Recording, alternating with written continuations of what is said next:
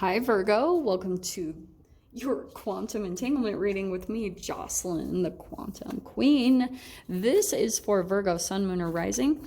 And as always, welcome to my cross watchers. Cross watcher, you could be dealing with a Virgo and the message could actually be for you. So feel free to take it however it resonates with you in your situation. Keep in mind that these are general and timeless readings, and if you guys would like to book a one-on-one reading with me, you can find my information down below in the description box. And just wanted to say thank you for liking, subscribing, and thank you for all the good karma donations. Alrighty, Rue, my loves. Okay, are you ready? Well, I don't know what to think about this combo because, I mean, it's pretty straightforward. You've got the shadow and the shapeshifter. Okay. These are really interesting combinations and entanglements because you'll start to realize, like, the shadow, there is no shame of the shadow. Shadow is shame. Does that make sense? But people are, I was listening to this guy and he was like, yeah, people feel like they have to tackle their shadow. And yeah, it's nothing like that. You have to embrace it because the more that you try to reject your own shadow, like, it just chases you. You know what I mean? When you try to run from it, it just chases after you. So that's why you almost have to, you just always have to come into this acceptance. And honestly, what I'm kind of seeing from this is it's gray rock. That just popped out. So Virgo, I think what could be happening is some of you guys could be dealing with a shapeshifter and you are obviously dealing with your shadow at the same time, okay? And some of you guys, part of your process with dealing with this person, it's two interesting things with this, with the shapeshifter, okay? First off, I think that, Virgo, okay, what's really powerful that you learn out of this entanglement, you do learn how to shapeshift yourself. All of us do to an extent. So there's, again, no shame around this. But you could be dealing with someone that kind of like acts one way and then another. You know what I mean? You can see them completely shift. And it's a part of their shadow. Like, maybe this is even for you, but sometimes, like, when I've watched people kind of like jumping back and forth through their shadow, dude, it trips me out so bad because sometimes I can see when they'll dive. It's a little bit Jekyll Hyde-ish, you know what I mean? Dr. Jekyll, Mr. Hyde. I always mix those up. But, oh wait, yeah. Dr. Hyde, Mr. Jekyll? I don't know. You guys know what I mean. So what I'm saying is that when you start to see it happen, it is pretty trippy. And what will help you is if you can shift yourself, you're going to have to try to, like, for those of you that feel as though you're in the midst of some shadow work with a particular person and, it's not like, oh, I can just jump out of here easily. There's the star card. Perfect. You are being led and guided out of this situation. So that's freaking bomb. Some of you, it could be a mother. 'Tis possible. Doesn't have to be though, but you've got the Empress right there. And we've got the star card. Could be a possible Libra, maybe a Taurus there. That's very Venusian. And this is the Venus retrograde energy. So let me dive into that. And you've got the star card. Like I said, could be an Aquarius. So let's dive into this, shall we? Some of you could be experiencing whatever range you are of a dark night of the soul. Okay, and that's the shadow work. That's always what has to happen. And it could be that, during this retrograde, you could be doing a lot of processing of, right, how you got to this point. Because there could have been things that like, that you need, that are good for your progress. With the Empress, it's that you guys probably already know the ways that you need to nurture yourself to feel on track in life, okay? But whenever you fall out of touch with those things, it's going to, like, for example, some of you guys might have seen little glimpses in your time that when you do certain things, it uplifts your energy. It starts to feed the atoms in your body with the appropriate energy that will be, that will cause a transformation to take place, that will cause you to shift, that the shapeshifter, it will cause even your reality to shift around you.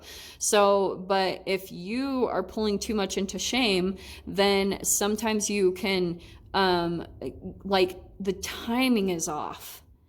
Do you know what I'm saying?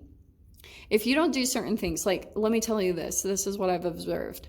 You know how people are like, you know, you don't have to constantly be on the go all the time. I agree. Like, people, when we're on the go all the time, that's definitely not good. But being lazy and just sleeping in all day, it's okay to allow yourself that sometimes when your body needs it. But I would say in general, here's what I've seen is when I'm the most motivated, when I go through the most transformational times, is when I'm going to bed early. Like, I stop eating at a very specific time. That's the nurturing part. That's the Empress part that sometimes we don't receive from our parents. Like, they didn't teach us that, because in your psychological development, there could have been times where your mother wasn't taking care of herself. Like, for example, the other day, my mom let it slip what she was eating while she was pregnant with me. And I just about flipped my shit. Like, I was like, you were eating what while you were pregnant with me? Like, what the freaking heck were you thinking? And I was like scolding her like a mother. And I was like, oh, that's what she used to do to me. And that's the shadow, right? Because you shame someone and then all of a sudden you're projecting your own shadow. So I was like, holy freaking crap. So some of you guys could be in type of crazy relationship entanglement with like that, where you can even see, like, this is why I talk about food, because if you're ingesting free radicals, you know, during specific phases of your psychological development, that's a part of the cause of the shadow. That's what's going to help you to, like, not help, but it's going to cause, you know, parts of your psyche to feel stuck in that certain age. So whenever certain things come up to reflect that in your environment, you get triggered, and then you act as that same exact age when the trigger was produced in the first place, right? So that's why some of you guys could be dealing with that a little bit right now. And if you're dealing with a mother that is a shapeshifter, like, dude, I'm telling you, that is a challenge. That's why I'm saying the 10 of Swords. Yeah, you guys are that's dark night of the soul right there. So I'm seeing you guys are going through it, whoever this is. The Star card, this is why I love this, is you're going to get through this. If you can learn how to kind of shift your energy and shift your vibration, you will be able to maneuver around this. And I feel as though with the Star card, there's light coming in to kind of show you the direction.